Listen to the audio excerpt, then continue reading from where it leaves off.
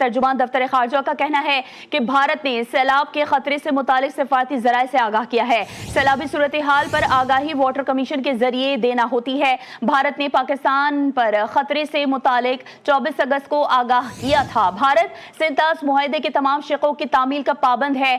آپ کو بتائیں کہ سنتاس معاہدے کی ایک طرفہ معطلی بین الاقوامی قانون کی کھلی خلاف ورزی ہے۔ اقدام سے خطے کے امن اور استحکام پر منفی اثرات مرتب ہو سکتے ہیں۔ ترجمان دفتر خارجہ کا کہنا ہے کہ بھارت نے سیلاب کے خطرے سے متعلق سفارتی ذرائع سے آگاہ کیا ہے۔ سیلابی صورتحال پر آگاہی واٹر کمیشن کے ذریعے دینا ہوتی ہے۔ بھارت نے پاکستان پر خطرے سے متعلق 24 اگست کو آگاہ کیا تھا۔ بھارت سنتاس معاہدے کے تمام شقوں کی تعمیل کا پابند ہے۔